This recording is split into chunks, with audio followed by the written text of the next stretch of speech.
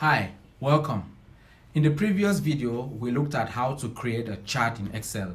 So we looked at how to do some basic adjustments like adding some title axis or just changing, maybe adding data labels or changing some value. So it was just for you to understand how to modify the charts. Now, how do we even choose the right chart for the right data? So in this video, we are going to look at visualization principles, how to choose maybe a pie chart or a column chart over an area chart, for example, so you know which visual to use for which specific data, which you want to convey which specific information and for what specific audience or purpose. So let's just go straight and look at the most common visualization types that we use and know when to use them and when not to use them. So here we saw basic charts. Look, I can go back and look at the previous videos. I'll just click here to create a new sheet, double click on it, and then we can have type visualization. So we have visualization. Now let us start with the most common. Let me just zoom in so that you'll be able to see clearly. Now the most common chart is the column chart. Now let me just enter some data and then we would see why. I'll just say maybe period, company A, company B, enter, Q1 tab, 2000 tab, 3000, enter, Q2 tab, 15 tab, 25, enter, Q3 tab, 15 tab, 2000 tab, Q4 tab, 1000 tab, 15, enter. So remember we did some basic formatting, so I'll just do something like this and then we go here, select that. Okay, so now I want to create a column chart. So when is a column chart good? Column charts are good when you want to show the evolution of one or two variables ideally over time. So let's just say company A has been evolving like this, company B has been evolving like this. So we would now go to plot a column chart. I'll just select, then I'll go to insert, and then from insert I'll choose the recommended charts. Most of the time it is always good to choose the recommended chart because most of the time the recommended chart gives you the right chart that you need. So you might just go click there, and if you see in this case the first chart that was recommended was the column chart. Just Excel looking at this data already helps us with some of these visualization principles. So you just see that need to click here and then you have this column chart, right? So you know that from here you can be able to compare the evolution of these two variables over the quarter 1, quarter 2, quarter 3, quarter 4. So company A in quarter 1 was 2000 and then it went down to 15, so it lost 500. It stayed around 15, so it stayed the same. Then it went down again to 1000, so maybe it lost another 500 in this case. Then you have company B was up at 3000, went down to 2000, so it has had a steady decline.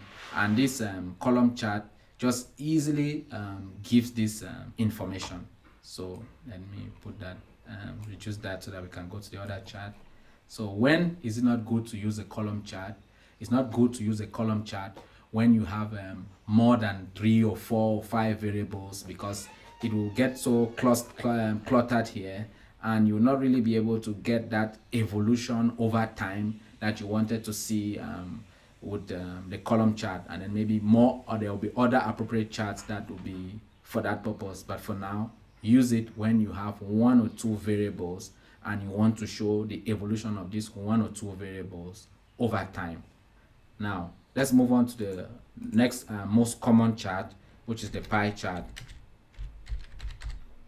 I see a lot of people use it, and at times it's really overused, and we don't even know when to really focus on this or not. So let me just say we have a company with different segments, and the company, each of these segments produces revenue.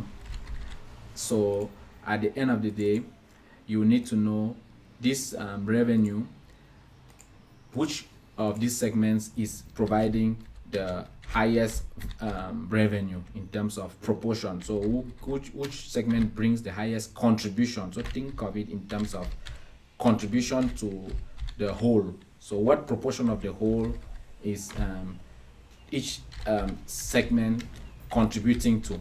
So we have the low value customers, the middle value customers, and the high value customers. So when we click on this, we go again to insert. Remember, it's good to go to the recommended charts, because you could still go here directly to your pie chart, or you remember your column charts, or all your charts are here.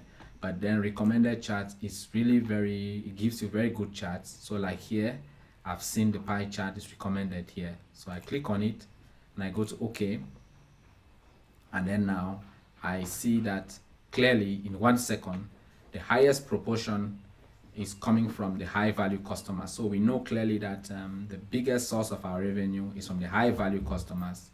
And then if you want to look at these two, you might see, okay, the smallest is from the middle value customers. So instantly, we are able to know what is the proportion of the whole that each of these segments is contributing to.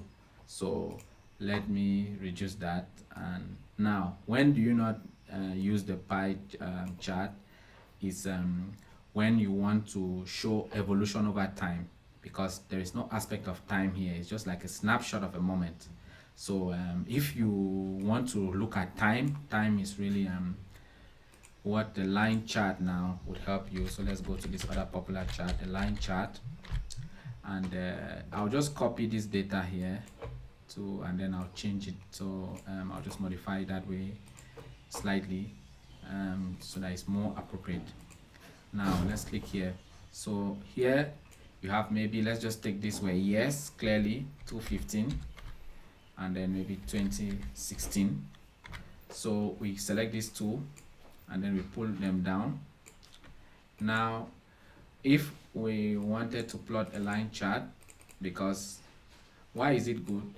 It is good to track the development of one or more variables over time. Here we have time 2015, 2016, 2017, 2018. So we want to see how company A has been evolving, company B has been evolving. So let's select that, go to insert, then we click on the recommended charts. You see here, it's already proposing the line chart for you. So which is very good. It already understood that with this 2015, 2016, a line chart will be most appropriate. So let's click on OK. Now you can see clearly again that there was a steady decline of the orange company B here, while company A dropped from 2015 to 2016, then stayed stable, then later on again dropped from 2017 to 2018. So the line chart is really able to give you the development or evolution of one or more variables over time. So the advantage of it, maybe over the column chart, is that you could have company C, company D, E, F, you could have so many, and since they are just lines, all the audience will need to do will just be get the color of the line and see how it evolves. Maybe the blue, you see how it moves. So it's not like the column chart where their height, like you need to check the height, check on the height. I mean, it's kind of, this one is more appropriate for when you have to show more variables evolving over time. So let's just reduce it and put it under here so that we can go to other charts. And then the time, what is not it's not appropriate, when it's not appropriate to use this, is when you want to show how maybe parts of a whole are changing over time. Let's say you wanted to show how this low value customers, they were the middle proportion, or these high value customers were the highest proportion, and then over time they became the lowest proportion to contributing to revenue. So it's not appropriate for the line chart. And what is more appropriate for that is the area chart, which is the next chart we are going to see here. So you have the area chart, and then let's just say we have this data here, but just to get the context more clearly for you, copy and paste it. Think of it like we have two segments of a company. Company is made up of either we are doing B2B sales, B2C sales, or we are doing B2B sales,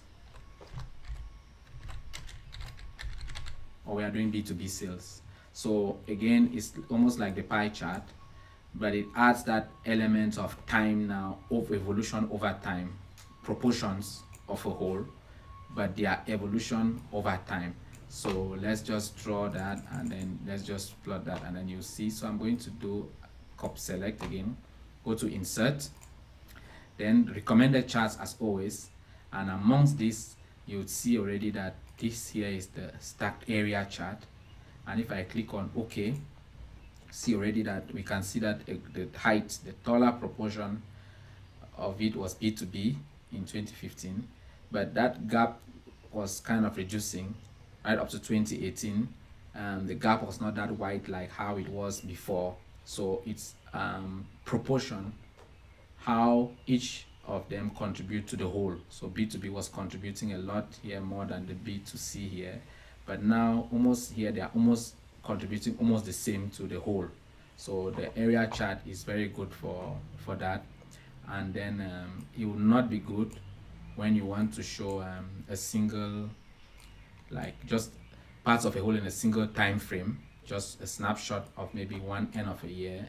And this is why the pie chart is more appropriate for that single snapshot, one period, one snapshot. But while the area chart is proportion of a whole, evolution over time. So now let us look at another very popular chart, which is the scatter plot. And here we are just going to take maybe I'll just take this and say, okay, let me just copy these two and paste them here. Then I'm going to just say, okay, the radio cost, and then maybe revenue. Okay, so let me just get something here, maybe 500, 400, 360, and then maybe 150.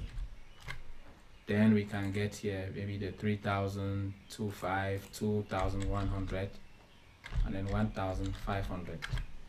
So we want to say is each time we increase radio cost or reduce radio cost, how does it affect our company revenue? So scatter plots are good to show the pattern between two variables. So let's just select this, go to insert, go to again recommended charts. You could still go as well like this button down here, this right here. You'll still be able to either plot charts here or go to totals, or so this is just another way of accessing some of the elements in Excel. But then no problem, let's just do that. Let's go to recommended charts, and then we want already the first sample is a scatter plot. So here is the scatter plot. So it shows already that as you increase the radio cost, that's how revenue increases. So it gives you that relationship element between two variables. So it's good to use for two variables, and it's not good, it doesn't show evolution over time. So it's not good to use it like a line plot. It doesn't show evolution over time because it is just bi-dimensional. It just shows two dimensions and the relationship. So there are other charts, but these are the most popular. You can think of donut charts, all other different charts, but the radar charts, these are the most popular. And if you get this right, you'll see this in most of the presentation and most of the reports you need. So I hope you are able to learn when to use the right chart for the right data, for the right audience, or the right information that you want to pass across. And then you're able now to better communicate your ideas through chat after watching this video. So thank you so much. See you next video. Wish you good data log.